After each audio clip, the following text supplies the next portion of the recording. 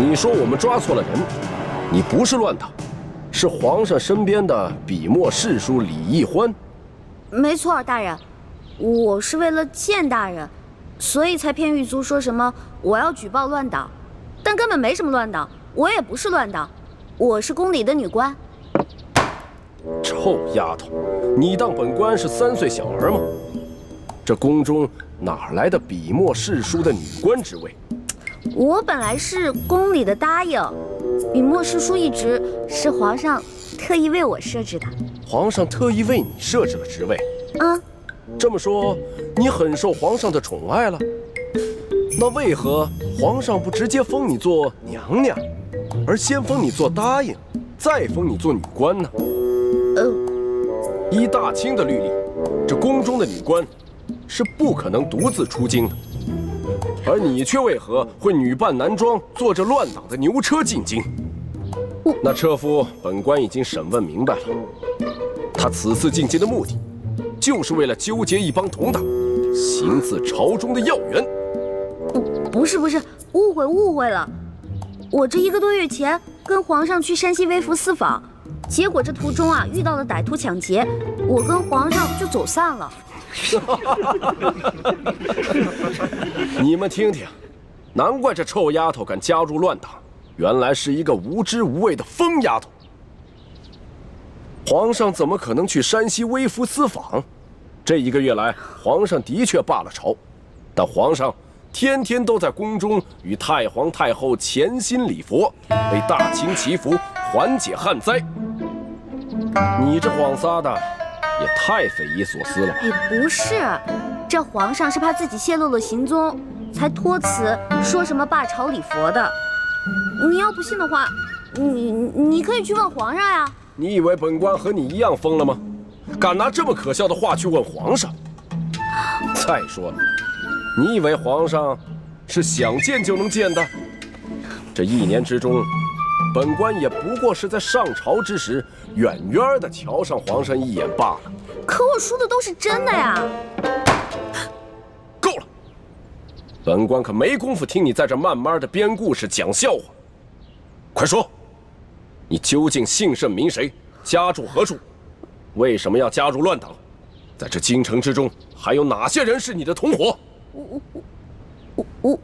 我叫李义欢，但我真的不是乱党。要不然你去问问那个索额图索大人，他知道。索大人可是皇上跟前的第1红人，本官岂会为了你一个疯丫头去找索大人讨骂？那你去问问那个太医院的李建清李太医，他是我哥哥。你这故事越编越离奇了，感情满朝的要员和你都是非亲即故，越是如此信口雌黄，东拉西扯，本官就越相信你就是图谋不轨的乱党。来啊，把他押入刑房，本官要亲自审审他。大人，冤枉啊！我真的不是。不招，招不招？不招，不招，招不招？不招是吧？不招是吧？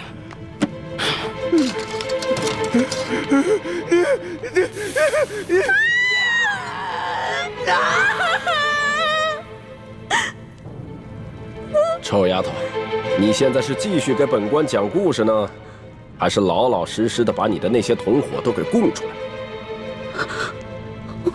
我投降，我供。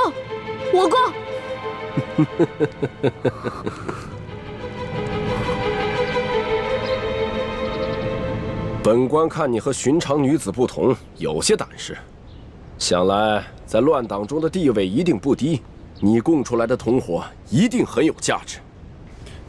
大人英明，虽然我同伙不多，但是他们的地位都很高，他们都潜伏在紫禁城里，伺机刺杀皇上。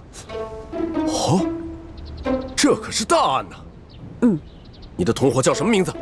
我同伙，我只知道他有个代号叫龙三，我跟他有一套特殊的接头暗号。如果大人您需要的话，我可以引蛇出洞，将功赎罪。好，快说快说。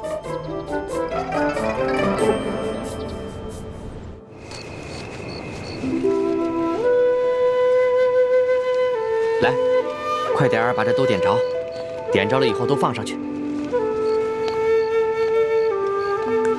大人，这孔明灯啊，一转眼就升到空中去了。到了天上以后，就那么一点点儿，城外的人都看不清，史书姑娘哪那么巧就看见？皇上让你放你就放吧，啊！其实史书姑娘能不能看见孔明灯并不重要，只要皇上心里有个寄托就行了。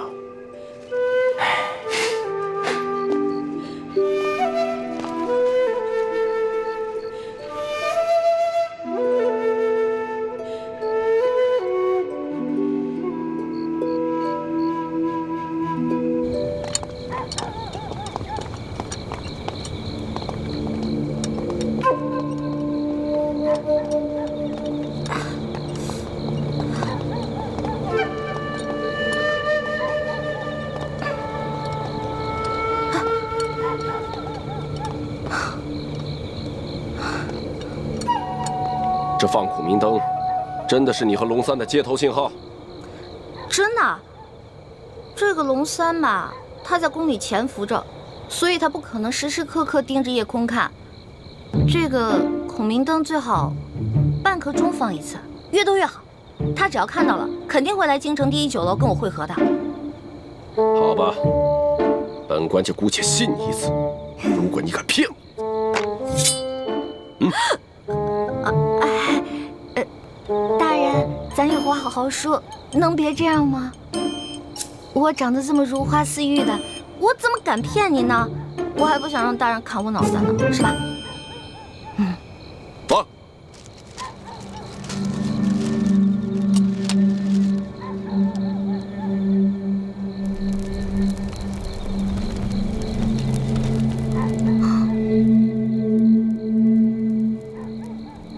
龙小弟、猪哥哥、雪姐姐、叔父，你们几个一定要没事了就多抬起头来瞧瞧夜空啊！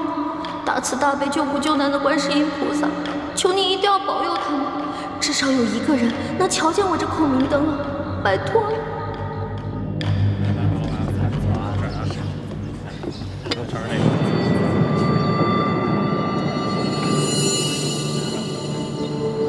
大人，我要的烤鸭怎么还没上啊？正在做，你别急。你的同伙龙三怎么还没有来啊？正在来，您别急。臭丫头，今天已经是第3天了。本官按你说的，在紫禁城东西南北几个门已经放了有3天的孔明灯了。要是你的同伙还不出现，那你就一定是在戏弄本官。本官一定会砍了你的头的。大人，您别急嘛，龙三肯定会来的。大人，您想啊，这龙三潜入宫中当奸细，那他行事肯定十分小心啊。您想引蛇出洞，对不对？那就得有点耐心呐。龙小弟、猪哥哥、雪姐姐、叔父，难道你们这3天都没有瞧见我放的孔明灯吗？你们要是再不来救我，我可就要被砍头了。客官，您的菜来了。客官，您的酒放这儿慢用。酒楼里的小二怎么都这么脸生呢？我们以前潜伏在这里的那2个探子呢？难道都换人了？烤鸭来了。2位，您的烤鸭。2位慢用。糟了，这个也不是我们的人。那我们安插的那2个人呢？难道今天全都轮班休息？你要的烤鸭已经到了。管他呢，先好好解解馋再说。万一真没办法送出消息，被这顺天福音砍了头，也不会是个饿死的。如果你将这只烤鸭吃完了，你的同伙还没来，那我就要将你这个小丫头给宰了，做一个烤全鸭吃。您放心吧，大人，他肯定会来的。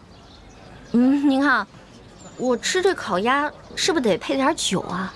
要不然您给我上一壶杏花春。你的名堂怎么这么多？不是名堂多呀。你想，你要是抓住了这个行刺皇上的反党，这得多大功啊！您赐我几口酒怎么了？没准我喝完酒，哎，那个龙三就来了呢。就先让你继续摆谱。若是龙三不到，小二，哎，再来一壶杏花春。好嘞。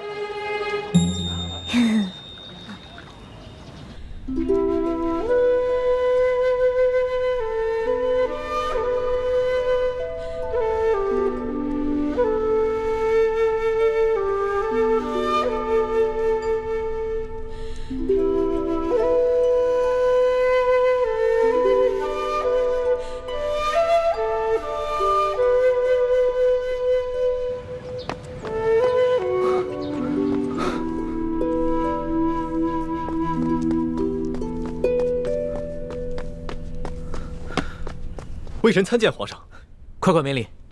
谢皇上。怎么样，有易欢的消息了吗？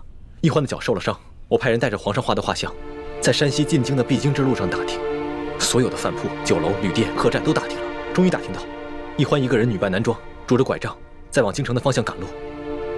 最后一个见过易欢的人是京城西郊一家面铺的老板，他说他亲眼看到易欢上了一辆牛车，随着牛车往西城门的方向去了。那这么说的话，易欢应该是平安回京啊，可他为什么不回宫呢？我也不知道。按理说，这么远的路都平安回来了，这已经到京城了，应该不会出现什么意外。这眼一连3个晚上在御花园放了孔明灯，易欢要是看见的话，他一定会回来的。这只能说明易欢出事了。会不会是反清联盟的人把他给绑了？不可能。怎么不可能？这反党在朝中一定会有奸细。若是知道了易欢和朕的关系，那难保不会打易欢的主意啊！皇上，臣听说那些反党虽然处处跟朝廷作对，妄图恢复朱明王朝，但是却从来不敢绑架妇孺幼童的勾当。那要不是反党的话，那又会是谁呢？这吴三桂和刘德昭的爪子再长，也不会伸到天子脚底下来啊！再说了，易欢就算脚上有伤，那他也是有一些功夫的，寻常的地痞流氓根本就拿他没办法。到底落在了谁的手里？微臣也觉得此事有点蹊跷，眼下只能多安排人在四处打探了。你一定不能大张旗鼓，必须暗中查访，要不然的话，易欢就更危险了。微臣明白。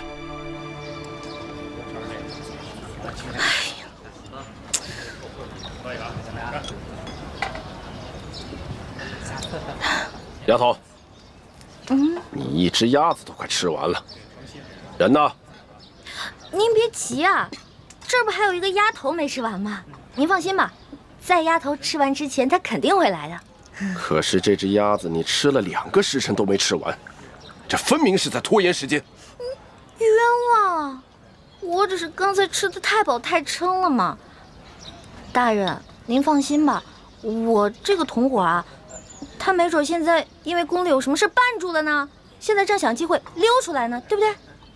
反正您放心吧，他肯定会来，已经等了2个时辰了，那也不怕再等会儿吧，是吧？好，本官就最后再信你一次，要是到了天黑，龙三还不到，本官可就没有耐心了。会来的，会来的，一定会来的。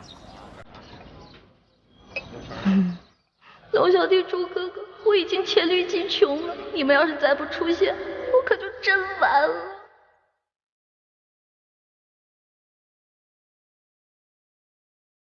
臭丫头，这天已经黑了，龙三还没有来，这下你还有什么可说的？这不刚吃完一个鸭头吗？我估计还有1炷香的时间，龙三肯定就到了。够了，臭丫头，你好大的胆子，连本官也敢戏弄？没有啊，我怎么敢戏弄您呢？我真的有个同伙叫龙三，潜伏在宫中。大人，大人，那个车夫终于招了，根据他的招供，卑职把另几个潜伏在京城的乱党一网打尽。但那个车夫说，这个乘坐他牛车的小丫头只是顺路搭车，不是他的同党。哦，当真？卑职问过另外几个乱党，他们都说这个小丫头不是他们的人。你看，你看，原来你果然在戏弄本官。大人，明明一开始我就说我不是乱党嘛，您说的呀，要打要杀的，所以我才胡乱招供的。可你一开始也没说实话，而且还敢冒充皇上身边的女官，那不是被吓糊涂了吗？我只好胡乱编瞎话了呗。现在好了，既然事情已经查清楚了，那是不是可以放小女子走啦？多谢大人。站住！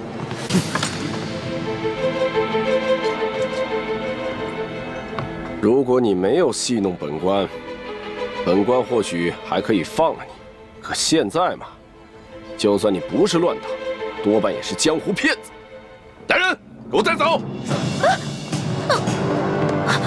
明日连同那批乱党一起问斩。冤枉了！哎，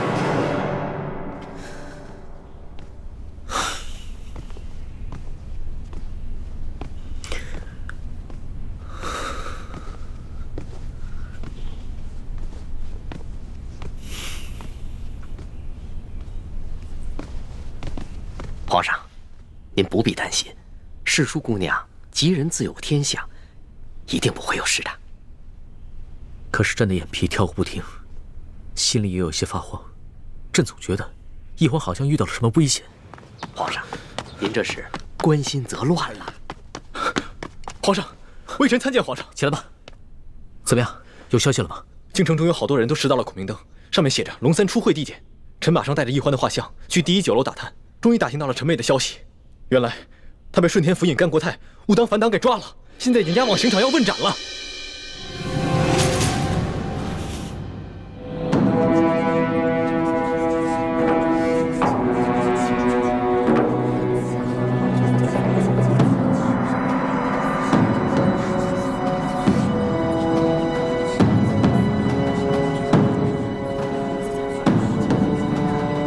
怎么又看懂了？都在楚军那儿。这么多人。是吗？你说这么军原来人那么多乱党？乱党可是什么乱党？这呀，十有八九是被冤枉的。真正的乱党就那么几个。哎，我听说啊，朝廷重惩捕获乱党的官员，每抓一个乱党都有绳子，抓多了有官惩的。原来如此。朱哥哥，我这辈子最对不起的人就是你了。从小你对我那么好，可我就知道欺负你。这下好了，以后再也没人欺负你了。你都不知道我怎么着就死了，我死了以后你千万别难过。你找一个嫂子，好好对她，我会在阴间祝福你们的。臭丫头，你嘀嘀咕咕说什么呢？还想耍什么把戏？大人，我真的没耍把戏，我之前真的没骗您。其实我说的那个同党根本不是我的同党，他是我的结拜兄弟龙三。我们俩结拜的时候说好了，虽然不能同年同月同日生，但愿同年同月同日死。可我这都要死了，他连最后一程都不来送我。龙三，我为你受了那么多的苦，我救了你那么多次命，你一次回报都没有。结果我这回京了，还糊里糊涂的把命给弄丢了。而你呢，就知道躲在宫殿里吃香的喝辣的，都不来找我，不来看我。龙三，我诅咒你，以后喝水塞牙，走路摔跤，除非你还清你欠我的所有利息为止。从现在开始，我李一欢跟你断绝结拜关系，以后我们再也不是兄弟了。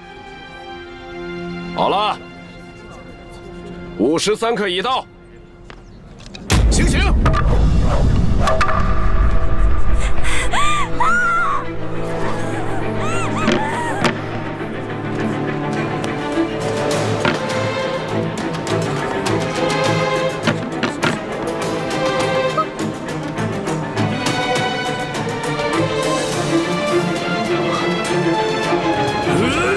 老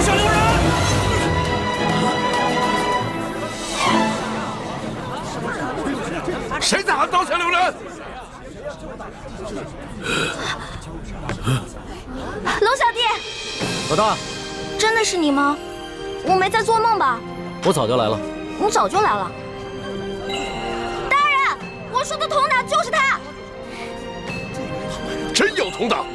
没错，这个铜打就在你面前，快抓住他！来啊，把这几个闹法场的给我绑了！大胆！我看你们谁敢动手！甘国泰，你这条疯狗，你老养昏花了啊！连我索额图都不认识了。索大人，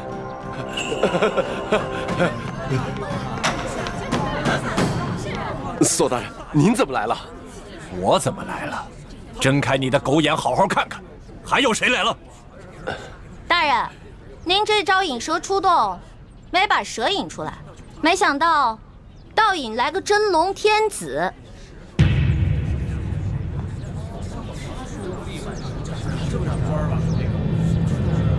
跪下！皇上！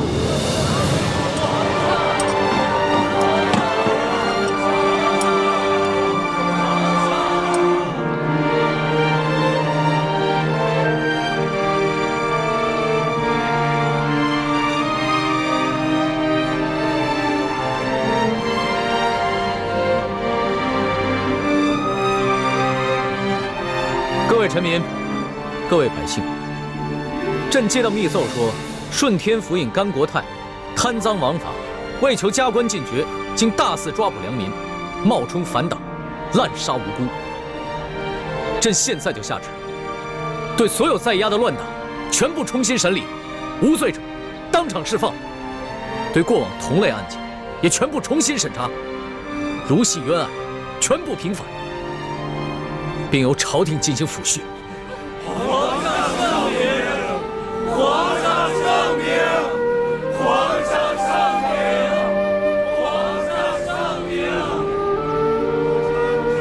今天虽然救下欢梅，还有其他几个联盟的兄弟，却又让康熙收获了民心。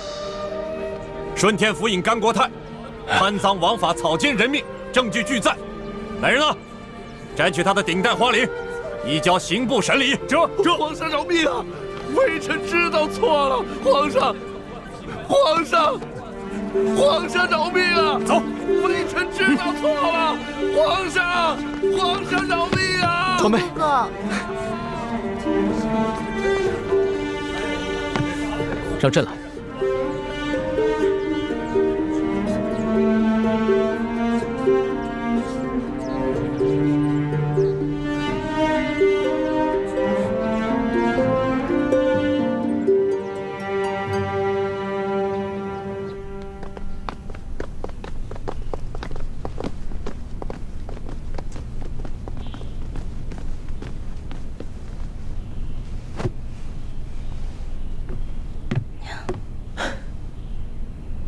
花儿，朕终于找到你了，你终于又活色生香的出现在朕的面前。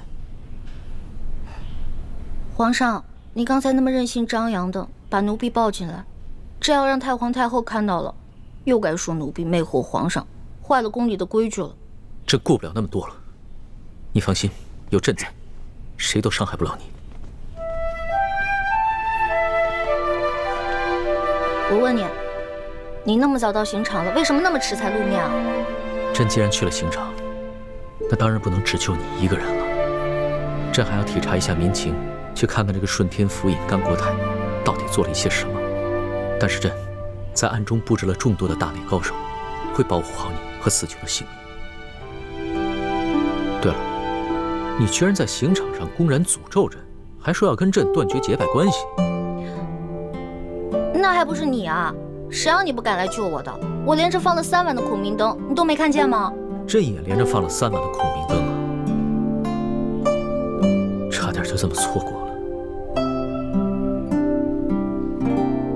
其实我嘴上骂你，说要跟你断绝关系，那也是为了你好啊。因为我怕我真死了，你就会应了那句同生共死的誓言了。朕知道，你一向是刀子嘴豆腐心的，就是这个甘国泰太可恶了。你好不容易从刘德昭的手上逃脱，又被这些贪官污吏给抓起来。你放心，朕一定会一个一个的办了他，替你出了这口气。你不光要替我一个人出气，我只希望你可以记得在微服私访的时候你对我的承诺，整顿吏治，让全天下的老百姓过上好日子。你放心吧，朕不会忘记的。但是朕现在不想谈国事，你等着。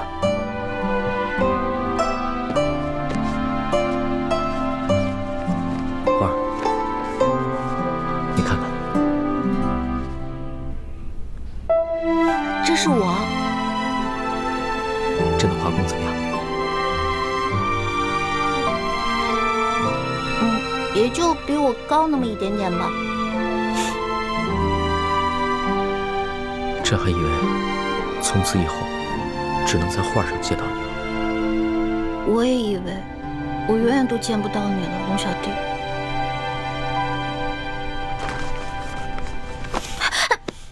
你干什么呀？我只是你的笔墨侍书，我又不是你的嫔妃。你别口是心非了。你知不知道这些日子朕有多想你啊？朕就不相信你的心里一点都不想朕。我，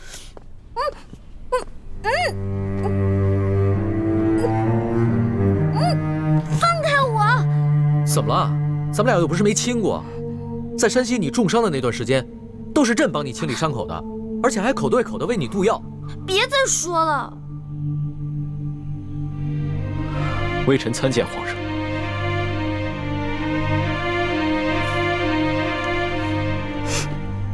进来吧。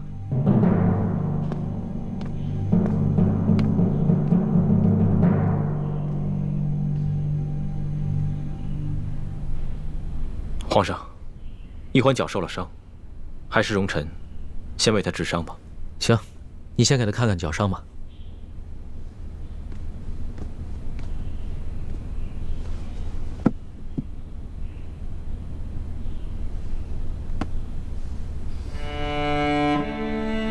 怎么样？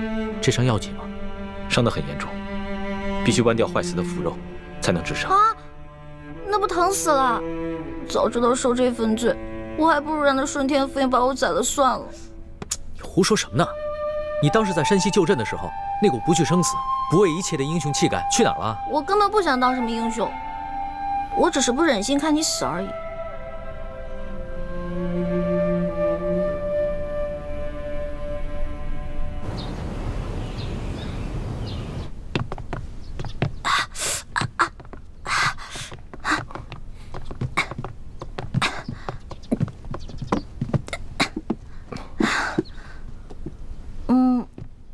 行了，我这没什么事儿了，你们先下去吧。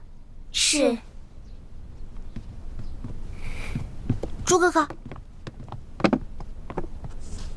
朱哥哥，我们节后重逢，你为何看上去那么不开心啊？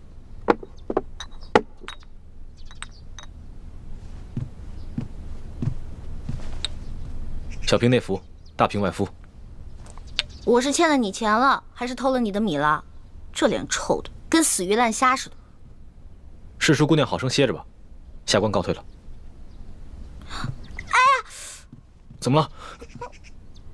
脚疼。活该，谁让你逞能？真的特别疼。你是脚疼，我是心疼。真正心疼你那个人，是我。朱哥哥，你看，你没事说这些话干嘛呀？哎，说好了，刚才我一个劲儿的跟你说话，是你不理我的。你知不知道这段时间我有多着急，像疯了一样到处找你？可你呢，居然愿意为了康熙这个狗皇帝，舍弃自己的性命。你知道我心里多难过吗？因为他是我的龙小弟，我们是结拜兄弟，他有难我肯定要去帮的。如果他换作是你，我也一定会不惜性命去救你的。原来，在你心里，他已经跟我一样重要了。你自然是要比他重要一些的。如果有一天我们兵戎相见，你会帮谁？我自然还是会帮你的，朱哥哥。也不知道你现在说的话还有多少是真的，但就算你说的是假的，只要你还愿意撒谎哄我开心，我也把它当成是真的。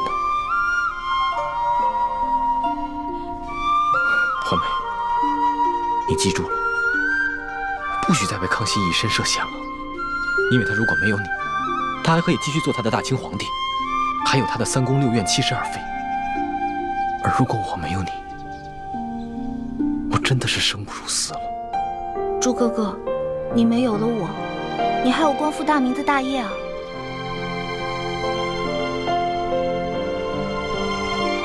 光复大明是我此生最大的责任，可你却是我的命。如果没有你，那我做什么都没有意义了。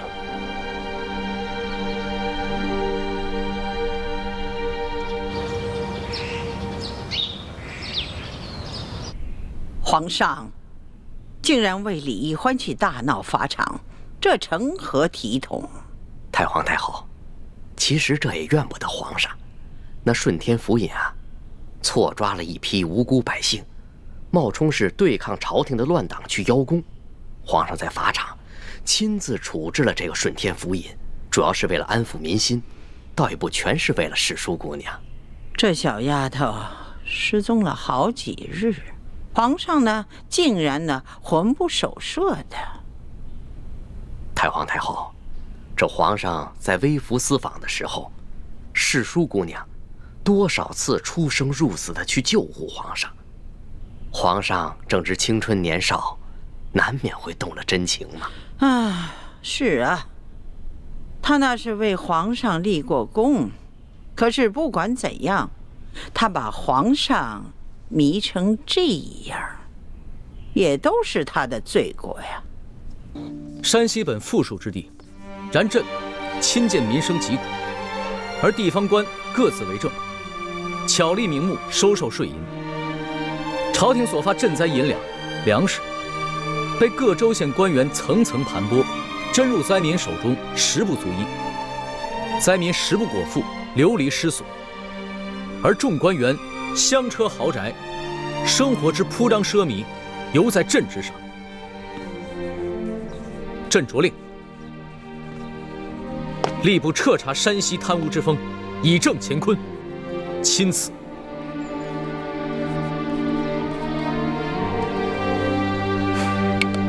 好了，龙小弟，写完了。你来看看，怎么样？老大，看来你在我这个小弟的调教之下，这个字儿啊大有长进。只是没想到你身为女子，居然写的字儿能有几分朕的风范。主要啊，还是你的这封诏书内容写得好，这听得我呀是痛快淋漓的。以前小的时候，在我们老家，每一次闹饥荒，饿死很多人，当时看着吧，就觉得特别惨。那个时候，你一定在心里把朕骂了几百遍吧？那当然了，这老百姓饿肚子，肯定都是你这个皇上的官儿没当好啊。皇上呀，可不是个官儿。皇上怎么不是官了？虽说这贪污赈灾银两的是山西的地方官，可是呢，你这个皇上可是最大的官儿，这都是因为你的失职导致的。这番话要是在朝堂之上任何一个人说了，朕都不会轻饶的。可现在不是在朝堂啊，而且我也不是别人啊。那你说，你是朕的什么人？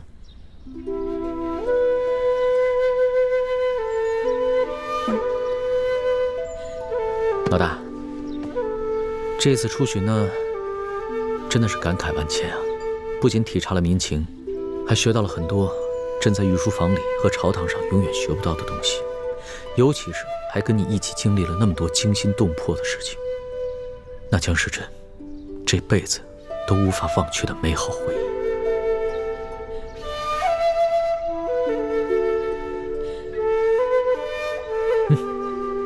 你看看这个，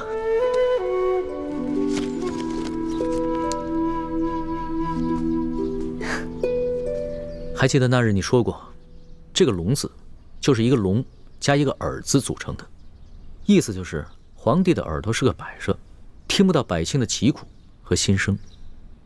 朕听了那番话以后，心里很是震撼，所以回了宫以后，就立马在这个扇面上提了这个字儿，以随时警醒自己，不能做一个耳朵是摆设的龙皇帝。你明知道我就是随便一说，你干嘛这么听我的呀？环儿，等朕办完了山西贪污之事，朕就好好的办你我之间的事情。你我之间有什么事儿？难道你真的想一辈子只做个笔墨侍书，然后等到你那未婚夫回来，出去跟他成亲啊？你虽然是寻常女子，朕不能立你为后，但是在这后宫佳丽3000之中，无人能及你在朕心中的地位，所以朕要给你抬个旗级，纳你入后宫。不行，这事儿我不同意。朕记得你之前说过，皇帝是这个世上最不值得女人爱的男人。可是，在山西的那间草房中，你不是已经改变了对朕的看法吗？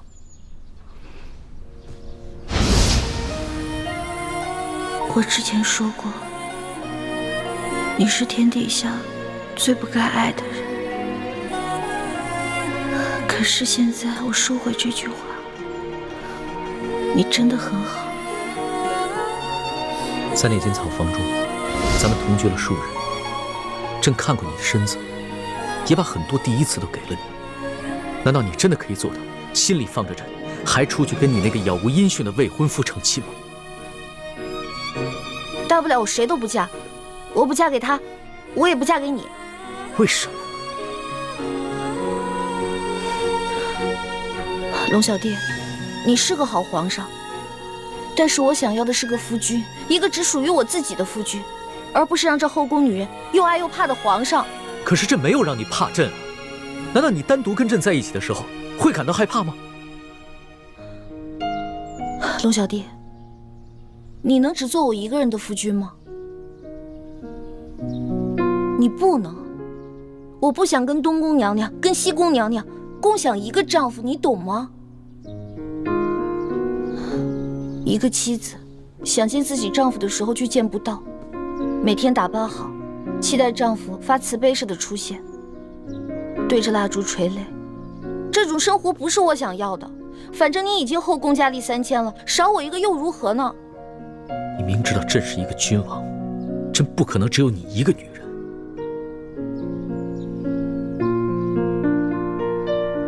罢了，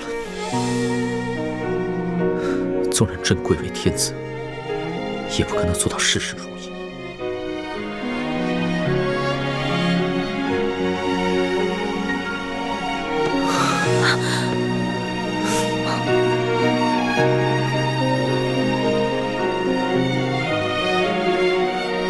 朕只有珍惜有你陪伴的每一刻了。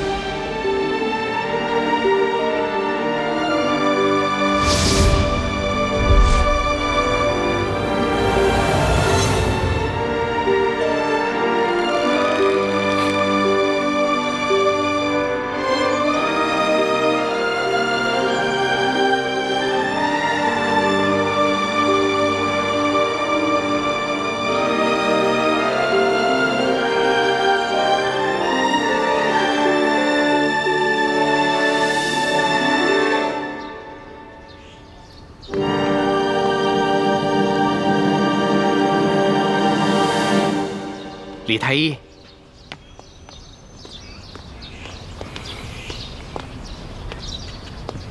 公公有什么吩咐吗？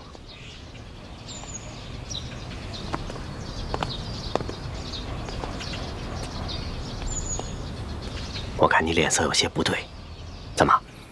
是不是看到皇上宠爱奕欢，你心里不好受啊？这不正是你们想要的吗？你们不就是想骗取皇上的信任跟恩宠吗？这不是我想要的。奕欢年少单纯，对感情的事情非常懵懂。我担心的。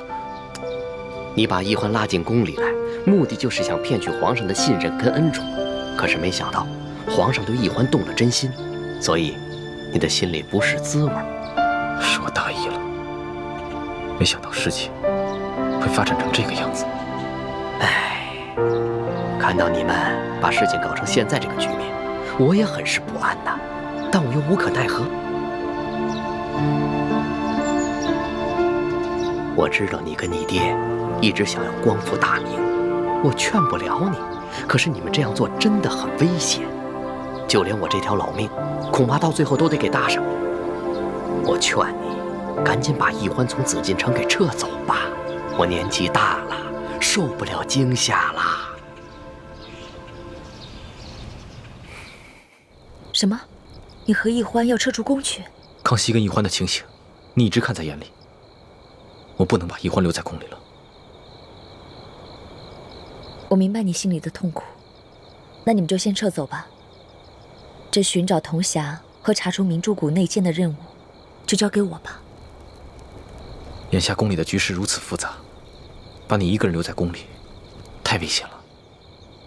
有你这份担心就足够了。你放心吧，我会保护好自己的。对不起，倾城，我是不是太自私了？大师兄，你别这么说。如果任由小师妹留在宫里和康熙继续发展的话，对你来说就是一种折磨。对奕欢和我们著名联盟来说，也未必是一件好事。趁他现在对康熙的心思才刚刚开始，赶紧把他撤走吧。谢谢你，倾城。只有你，无论在什么时候，都会为我着想。但是，我却无以为报。大师兄，你的平安和幸福，就是对我最大的回报。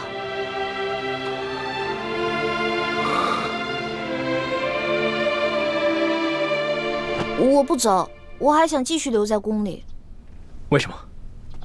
难道你对康熙动了真心，舍不得离开他了？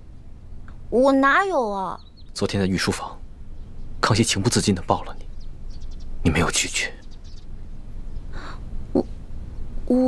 我，华梅，以前你对男女之事或许很懵懂，但是你难道没有发现吗？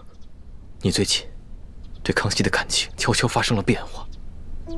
朱哥哥，我也不知道，我的心……我不能再把你留在紫禁城了，你马上跟我走。可是铜匣子还没有找到呢，而且潜伏在明珠谷鳌拜的内奸也没找到呢。倾城说了，找铜匣跟查内奸的任务，他会去做。那留雪姐姐一个人在这宫里，多危险啊！说来说去，你还是舍不得康熙，是不是？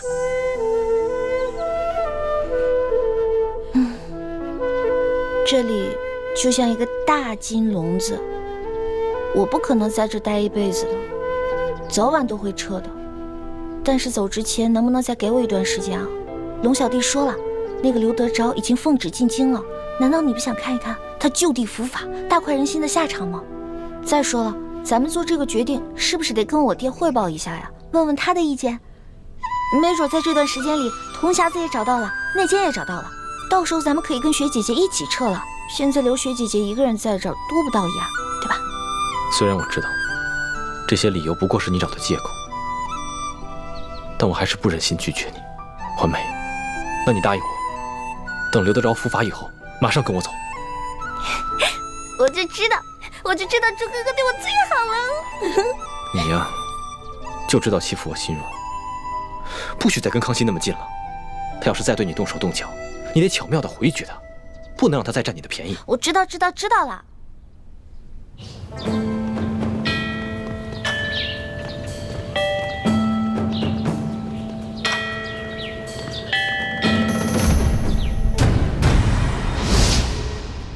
且夫，玉八赞率着3000精骑进入山西境内接走龙三，既不跟你这个山西巡抚碰面，事后也不差人跟你打声招呼。而现在皇上就宣你进京跟龙三对峙，这事儿我总觉着不大对劲儿啊。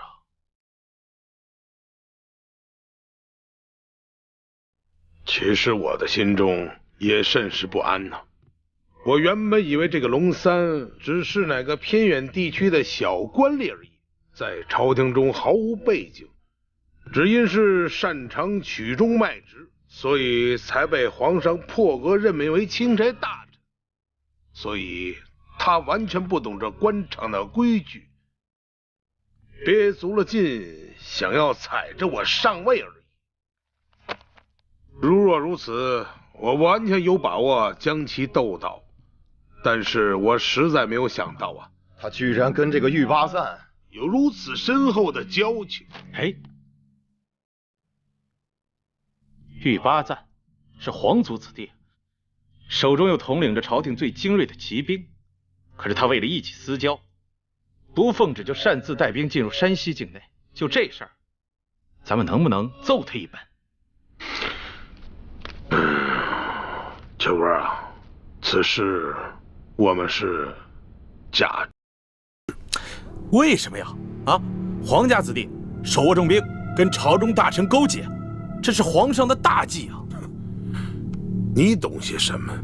这个龙三回京之后，必定在皇上面前举报我诸多的罪状。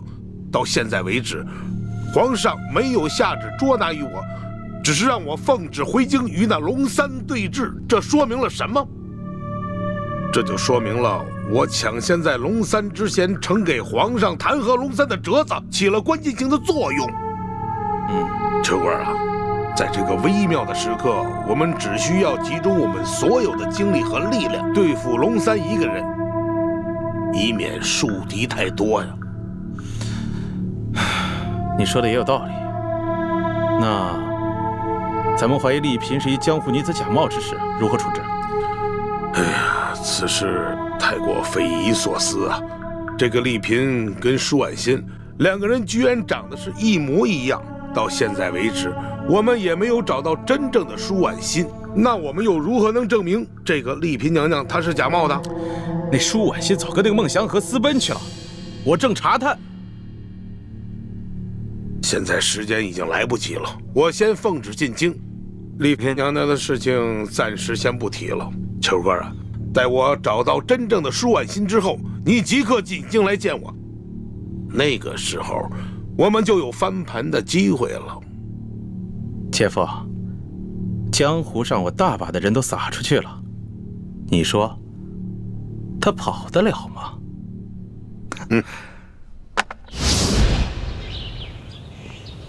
索大人，且慢行。怎么了？下官见过索大人。哎呀呀呀！你这是干嘛呢？你别这不，索大人，下官没有别的意思，下官只是想请索大人给下官透露些口风。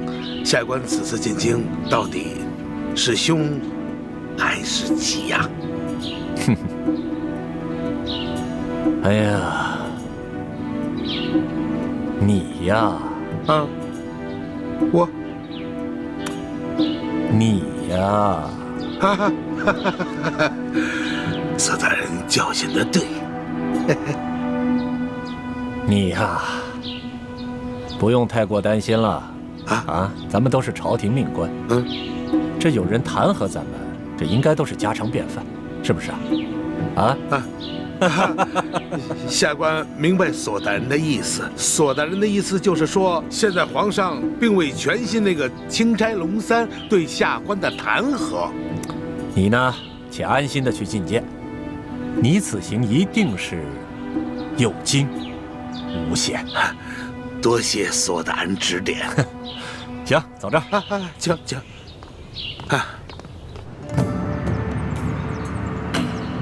皇上，山西巡抚刘德昭觐见。宣刘德昭。这，刘德昭，皇上宣你觐见，请吧。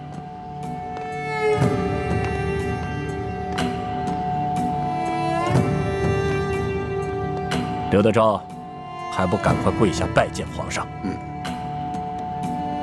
山西巡抚刘德昭，叩见皇上。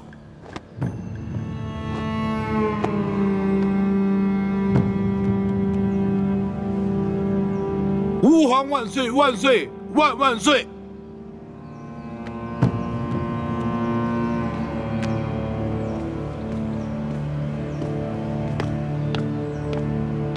刘大人，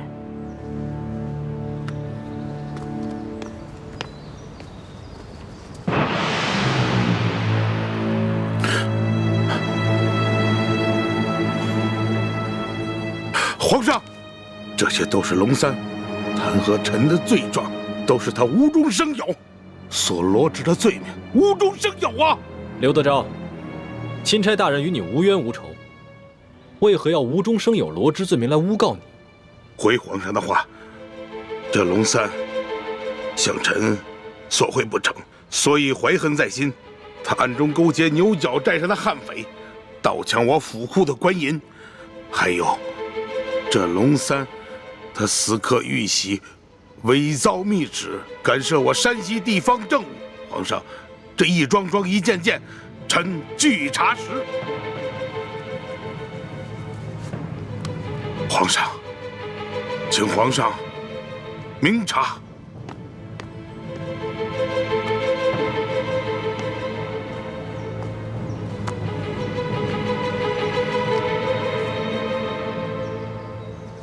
刘德昭，臣在。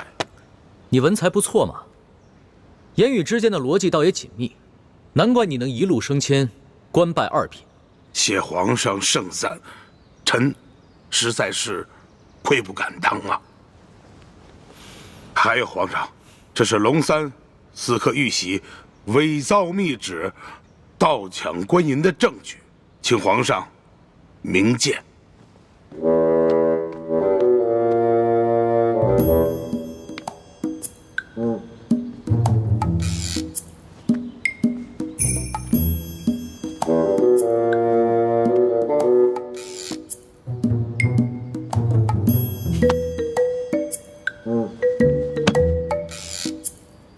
没错，这个玉玺和密旨都是假的。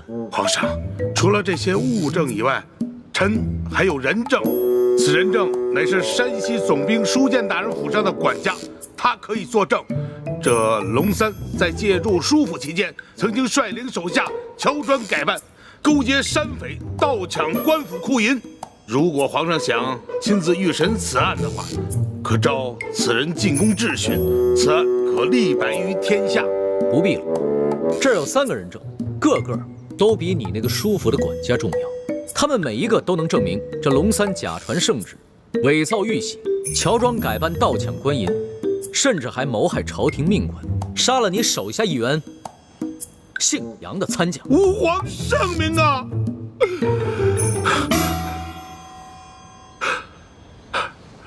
皇上实在是圣明啊，但不知现在那3人现下何处啊？刘大人，别来无恙啊！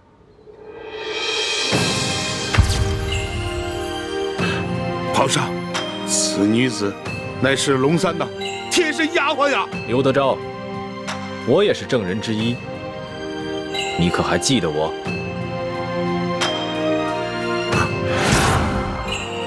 皇上，这个人也是龙三的心腹啊，抢到官银也有他的份啊！皇上，不管他们说什么，你可不要听他们的谗言呀！皇上，何止他们俩有份儿？刘德昭，臣在。你为何不抬起头来看看朕？臣第一次拜见天颜，内心诚惶诚恐，臣不敢直视天威，所以朕让你抬起头来，仔细的看看朕。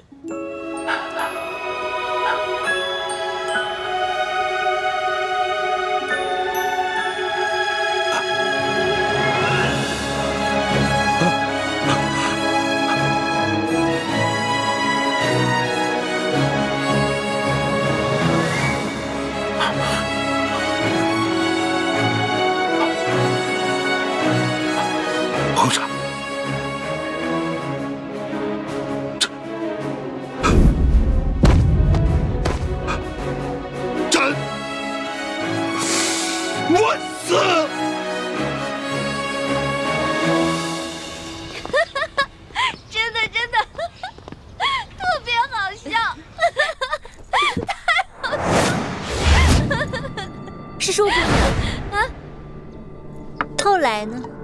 后来那个刘德昭又怎么样了？后来那个刘德昭啊，吓得都不敢说话了，这身子就跟弹琵琶似的，一直都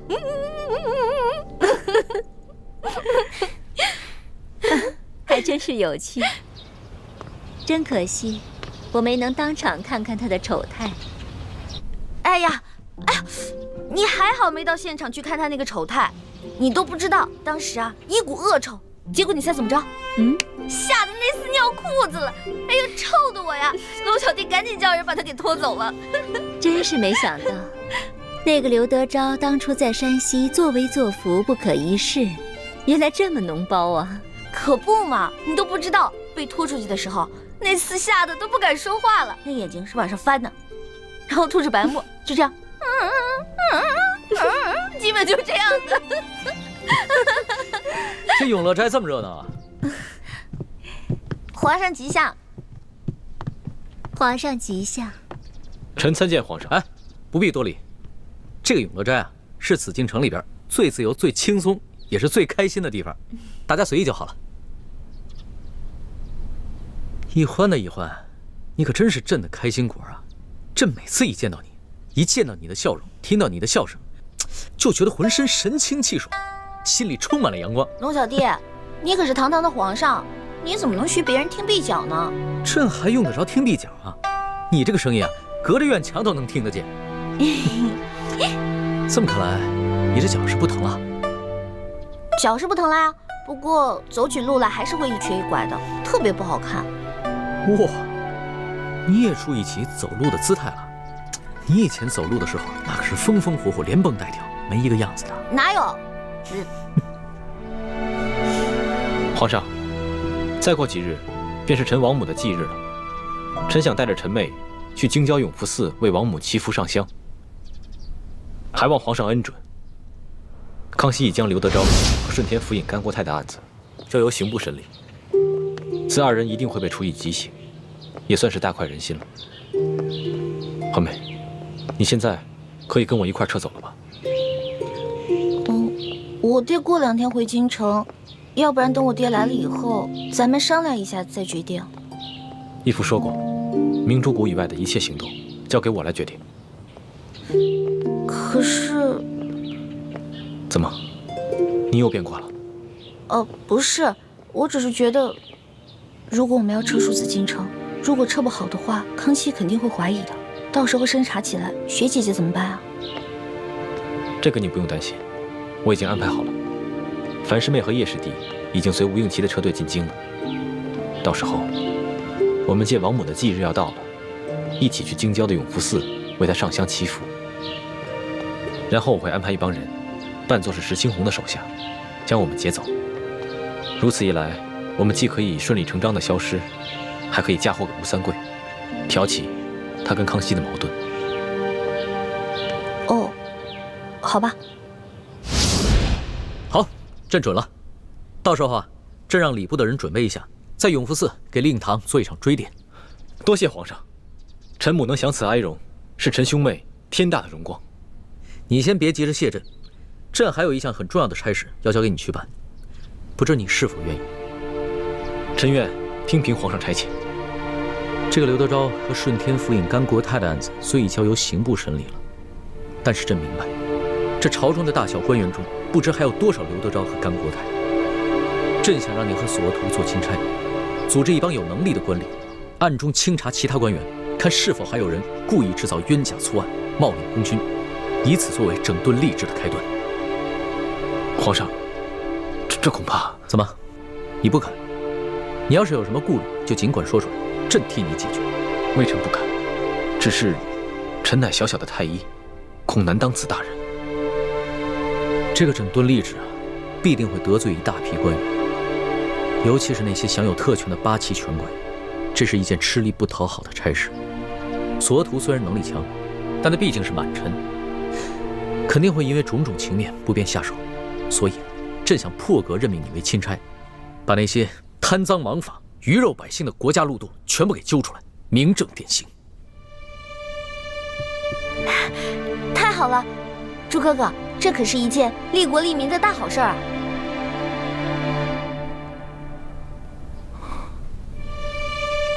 李爱卿，朕思前想后，这满朝文武，只有你最能堪此重任。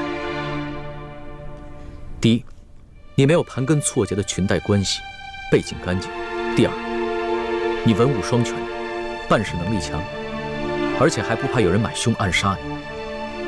第三，也是最重要的一点，你不贪图荣华富贵，心中藏着天下百姓，肯为他们牺牲。锦清，你可愿意？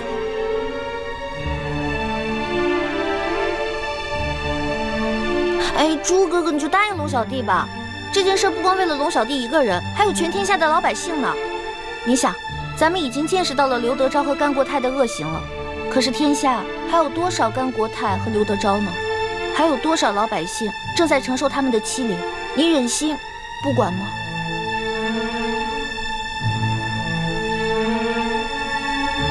微臣遵旨。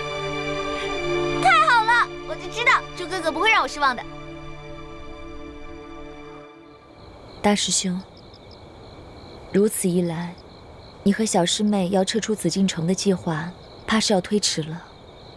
这也是无可奈何之举。我不想让易欢失望，更不想错过这个为天下老百姓除害的机会。可你有没有想过，你帮康熙整顿吏治，肯定会面临极大的风险。就算你最后千辛万苦做成了，也是替康熙做嫁衣。到头来，老百姓感激的只会是康熙，不会是你。我想好了，我会借此机会，在清廷当中掀起一番大的波澜，挑起朝中各大权贵对康熙的不满。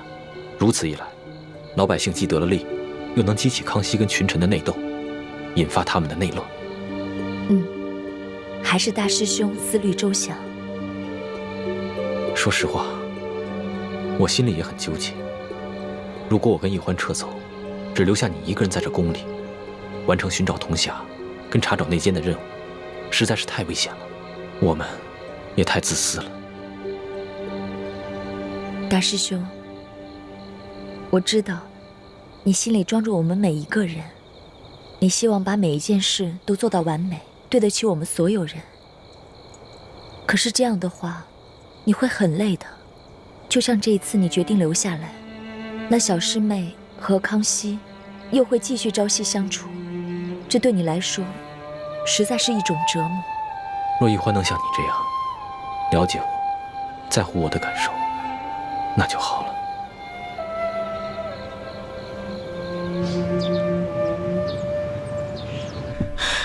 皇祖母，皇上对这李氏兄妹是越来越好了，居然让礼部尚书以朝廷的名义在永福寺在他们的王母继承进行追祭，这可如何是好？哎呀，山雨欲来风满楼啊！皇上这是有所动作了。难道皇上是要将这李易欢纳入后宫了？那倒不是。皇上如此笼络李建清，是想李建清和索额图一同协助他整顿吏治。皇上这次微服私访之后，心境大变，言行激进的，哀家是担心他掌握不了分寸，动摇了朝纲啊。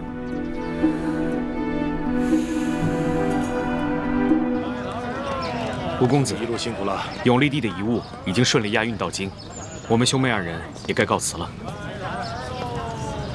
待明天面圣交旨之后，我也要返回云南滇都了。反正二位也是四海为家，不知可否随我一起到云南滇都一游呢？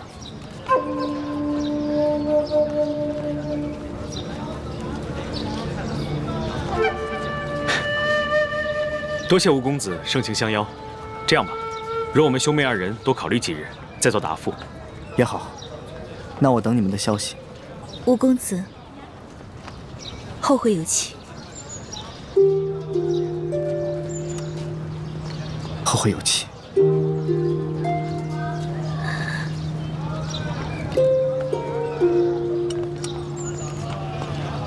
等一下，倩影姑娘。这驿站附近有一个镜湖，今晚可否在那儿一见？我有一件礼物要给你，也算是留个纪念。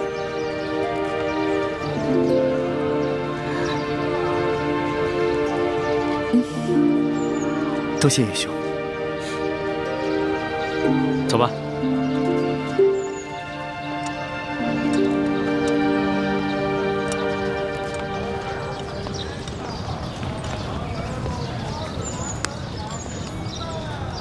二公子，你果真要带着二人去云南？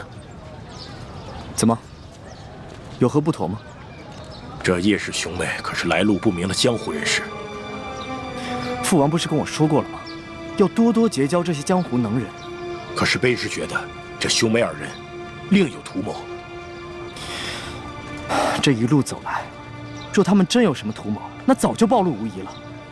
行了，你不用说了，我自有分寸。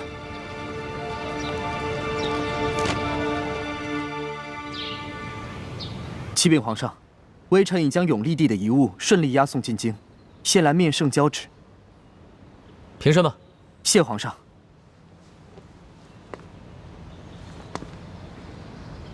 二公子，山西一别，别来无恙啊！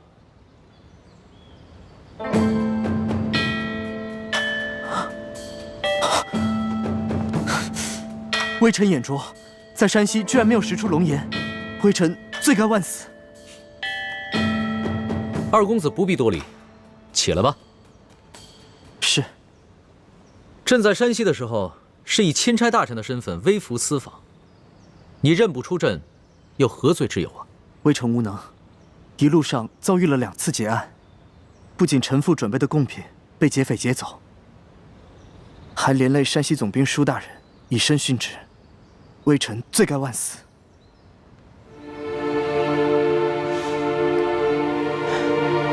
这山西劫案一事，朕已查明，是鳌拜的余党刘德昭所为，与你毫无关系。你一路护送永历帝的遗物进京，甚是辛苦。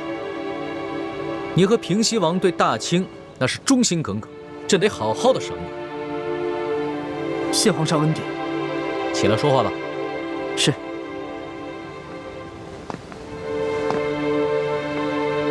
朕还有一事要交办于你。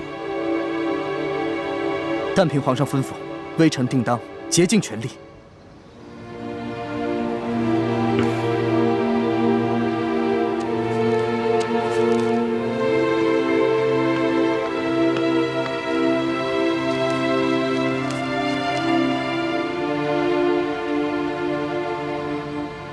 这单子上面的药材都是云南独有，有劳你回了云南之后尽快置办，用快马送至京城。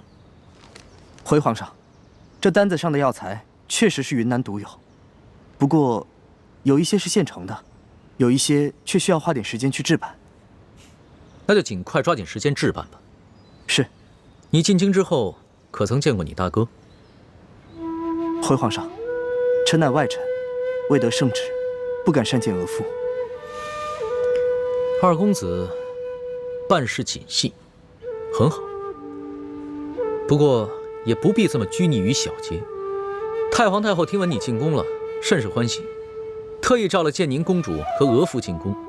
你这就随朕去觐见太皇太后，顺便见一见你大哥，也可以叙叙人伦之情。谢皇上恩典。二公子啊，果然长得是一表人才呀，请起吧。谢太皇太后。额驸啊，在。依哀家看，你这弟弟可是比你俊雅几分呢。啊，太皇太后有所不知，臣弟不仅长得比臣俊，才华也在臣之上。以前在王府里，臣父总是批评臣什么都不如弟弟。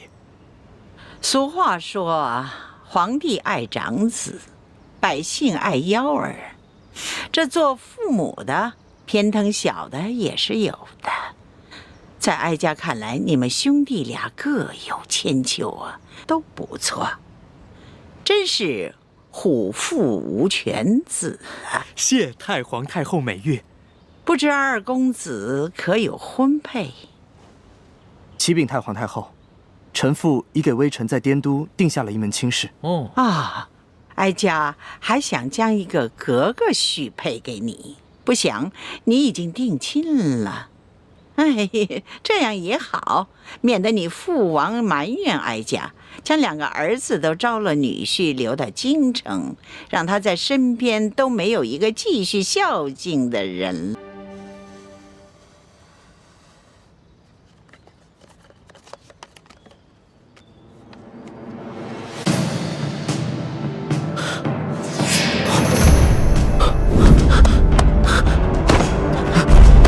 太皇太后和皇上明鉴，这些奏折都是对微臣父王的构陷。太皇太后和朕之所以要把这些折子送给平西王，就是为了告诉他，这朝野之上啊，有许多大臣都弹劾他心怀不轨，有谋反之心。但是朕和太皇太后的心里啊，都是绝对的相信他的。多谢太皇太后和皇上的信任，微臣定当誓死效忠大清。好了，都是自家人，何必这么生分？起来吧。建宁，还不赶紧把额驸扶起来？来，起来吧，二公子。你回到云南后，待哀家问候你父王好。另外，哀家给你母亲侧王妃准备了一点心意，顺便带回去。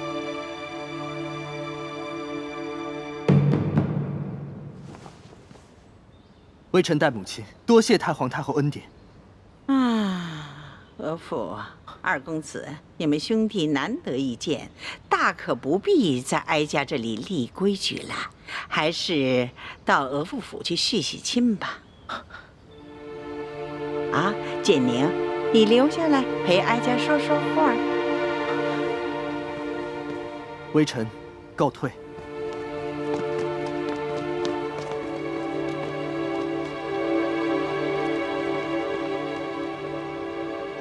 皇额娘，哎，当初先帝要把你嫁给吴应熊，哀家本来是不同意的，但是谁叫你是爱新觉罗氏的子孙呢？建宁明白，建宁定会好好侍奉夫君，替皇额娘分忧。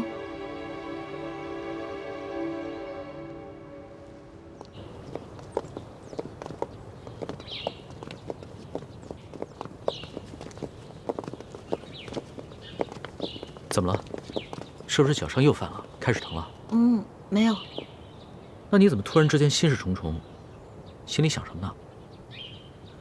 我是刚才见了建宁公主，她本来是长公主，何等尊贵啊！可是，在13岁的时候，不得已嫁给了吴应熊。你看，她在太皇太后面前都变得小心翼翼、谨言慎行的，可见这些年来，她一定过得很辛苦、很煎熬。这有什么？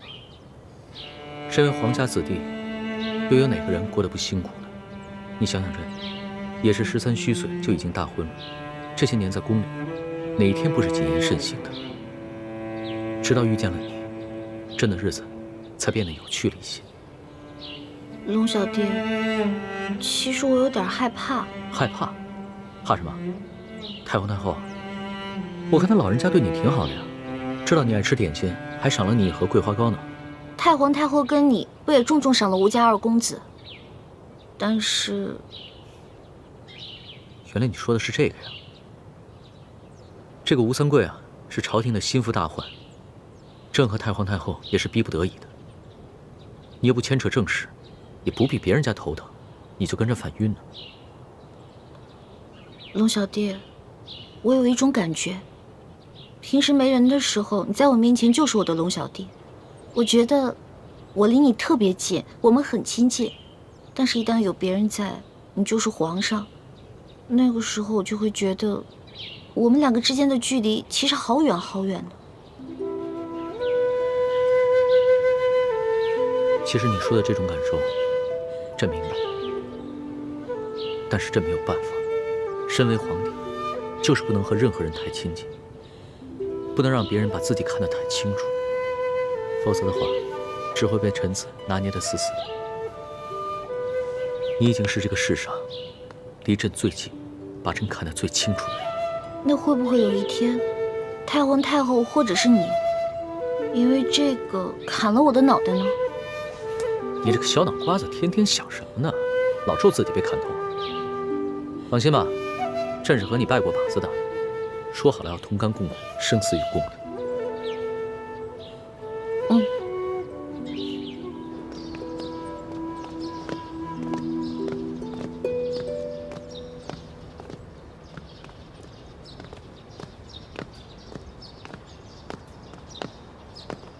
李公公啊，皇上在吗？索大人啊，皇上跟史淑姑娘去了永乐斋，要过一阵子才回来。索大人，稍候一下。那我就在这儿候着吧。好。这甘国泰的案子结了，我得向皇上汇报一下案情啊。跑什么呢？啊，急急火火的。刑部有人带话，说这刘德昭死活不肯认罪，还说什么哭着喊着要见你。见我？对。糟了，难不成是他给我行贿了2万两银票，这会儿要举报我？不行，我得去封了他的口。你去告诉刘德昭，让他别着急，跟他说，等我见完皇上就去见他。是，义父。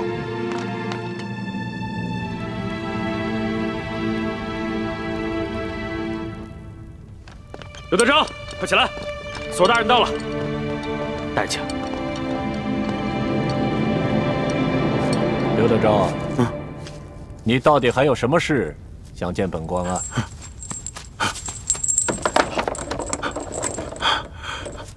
索大人，罪囚有要事相禀报。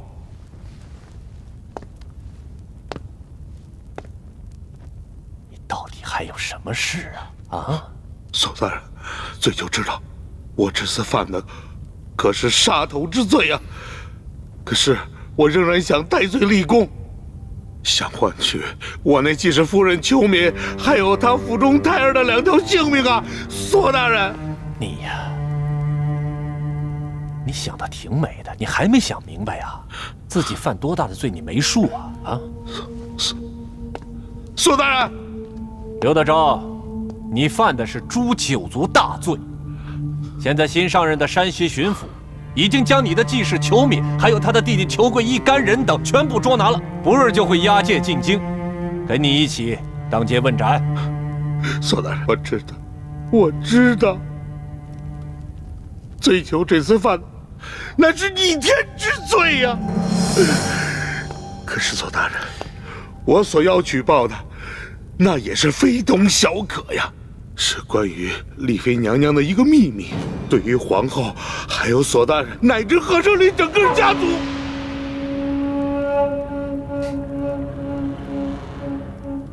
你们都先出去，我要和他聊聊。这。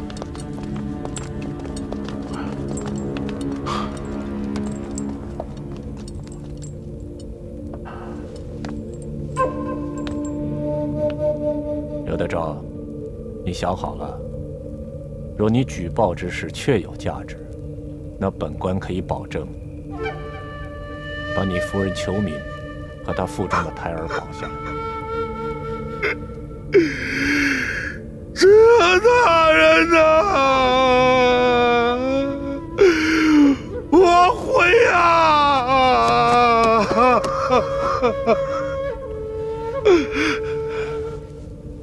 说来我听听，什么重要的事？索大人，我所要说的事儿，干系到皇家的体面，我想越少人知道越好吧。他没事，他是我亲外甥。索大人，罪囚说，我听说这舒建之女舒婉心回宫之后，用了没多久，就被皇上封为了丽妃，是吧？是啊，而且现在后宫十分得宠。可说的呢。索大人呐，你可不知道啊，现在正在受到皇上恩宠的，并不是真正的舒婉心，她是假冒的。假冒的。你说舒婉心是假冒的？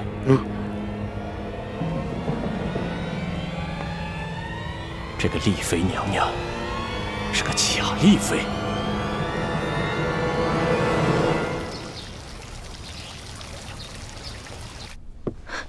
什么？丽妃是被人冒名顶替的？嘘，皇后娘娘千万小声点，别让外面的宫人听见了。这消息可当真？这刘德昭所言可靠吗？这刘德昭意识到自己死罪难逃，一心只想给自己留个后，所以他没有必要再胡言乱语编出这么荒谬的事情来。而且根据丽妃这次出巡的种种表现，她几次三番拼着性命去保护皇上，其胆识不像是普通官宦人家的小姐所为。我看此事十有八九会是真的。而且再往深里去想，这假冒丽妃的人，说不定和李氏兄妹他们都是同一伙人。那这刘德昭手里可有证据？没有，就是因为他手里没有证据，所以他才不敢声张，只是拼着命的想要见我，想私下里和我做个交易。那依三叔所见，我们现在该如何应对？要不要去告诉皇上？万万不可！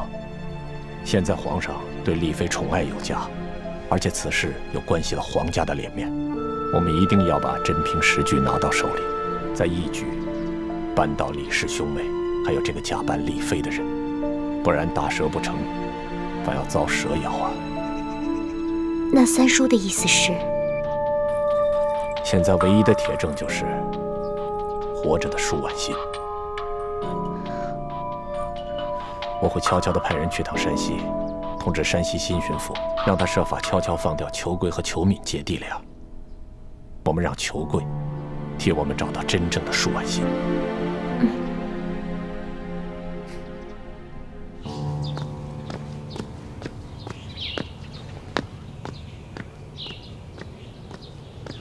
老三，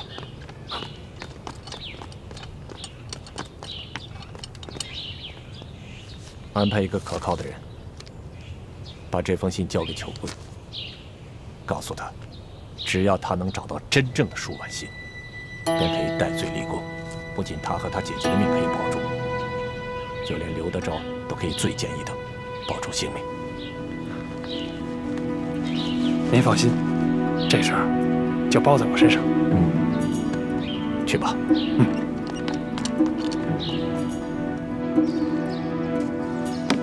拿去抹药吧。这。李太医，李公公。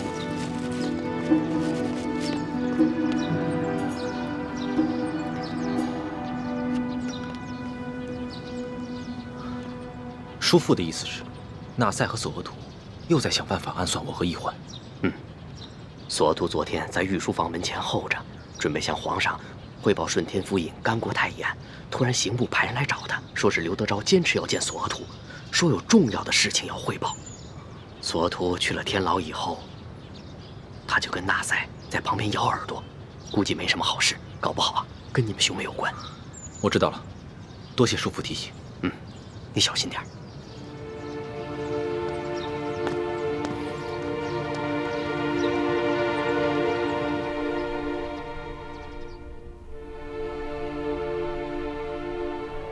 大师兄，我怀疑刘德昭他把我假冒舒婉心之事通给索额图了。索额图早就怀疑我跟易欢另有图谋，如今他肯定怀疑我们三个是一伙的。他眼下不动声色，只是因为除了刘德昭所言，他别无证据。可此事事关皇室颜面，他一定会派纳赛去追寻舒婉心的下落。如果真让他找到舒婉心，那我们就麻烦了。你放心吧，我已经派人去给孟祥和送去了消息，让他和舒婉心一定要小心隐藏行踪。有劳李太医。丽妃娘娘客气了。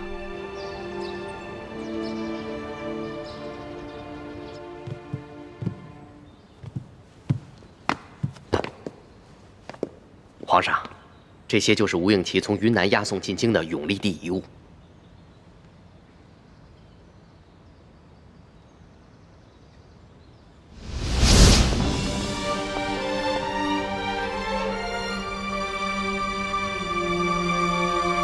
台上跪着的那个男人，还有他旁边跪着的那个女人，你好好的看看他们，记住他们的样子，永远不要忘记。他们是谁啊？我为什么要记住他们的样子，永远的不忘？先别问为什么，听义父说，好好看看他们，这是你第一次看见他们，也是最后一次看见他们。